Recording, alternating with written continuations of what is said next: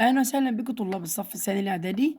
هنحل مع بعض التدريب الثاني صفحة 116 من كتاب الامتحان، طبعا عن درس الزراعة والثروة الحيوانية والسمكية في قارة أفريقيا الوحدة الثالثة. نبدأ مع بعض. أول سؤال عندي بيقول لي: أمامك خريطة لقارة أفريقيا، اكتب مدلول الأرقام التي عليه. دولة تحتل المرتبة الأولى أفريقيا في تربية الإبل، طبعا دي دولة مين؟ واحد، تشاد. 2. أولى الدول الأفريقية المربية للأغنام والماعز. 2. نيجيريا.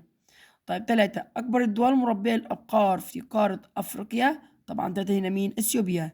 من أكبر الدول الأفريقية المصدرة للثروة الحيوانية، 4. دولة مين؟ كينيا. السؤال رقم 2 بيقول لي: اختار الإجابة الصحيحة. أي من الحيوانات التالية تتركز تربيتها في المناطق الصحراوية ويوجد بقارة أفريقيا نحو 84% من أعدادها في العالم؟ طبعا مين؟ الإبل. طب 2. من أكبر الدول الأفريقية حصولا على عائدات مالية من النقد الأجنبي نتيجة تصديرها للثروة الحيوانية، السودان. 3. من مشكلات الثروة الحيوانية بقارة أفريقيا والتي تؤدي إلى نفوق أعداد كبيرة من الحيوانات، طبعا إيه؟ الجفاف. السؤال الثالث: اكتب كلمة صواب أو كلمة خطأ مع التصويب. تأتي قارة أفريقيا في المركز الأول عالميا في مساحة المراعي الطبيعية، طبعا غلط، الثاني.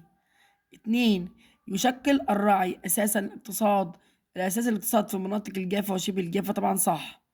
3. تعد الصومال وإثيوبيا من الدول الأفريقية المصدرة للثروة الحيوانية لدول الخليج، صح. 4. يؤثر تذبذب الأمطار بأفريقيا على نمو المراعي واختفاء أجزاء منها، برضو صح. 5. تؤثر الصراعات السياسية سلبا على الثروة الحيوانية بأفريقيا، برضو صح. السؤال رقم 4 بيقول لي: ما تفسر قلة مساهمة الأبقار في اقتصاديات دول أفريقيا؟ طبعا بسبب ضعف إنتاجها من اللحوم والألبان. بسبب إيه؟ ضعف إنتاجها من اللحوم والألبان. السؤال رقم 5 دلل. تؤثر عادات وتقاليد بعض القبائل الأفريقية سلبا على الثروة الحيوانية. هقول له: حيث يقتصر استخدامهم للثروة الحيوانية على شرب الألبان ودفع المهر عند الزواج. تاني: حيث يقتصر استخدامهم للثروة الحيوانية على شرب الألبان ودفع المهر عند الزواج، كما أن ملكية الثروة الحيوانية مشاع للجميع.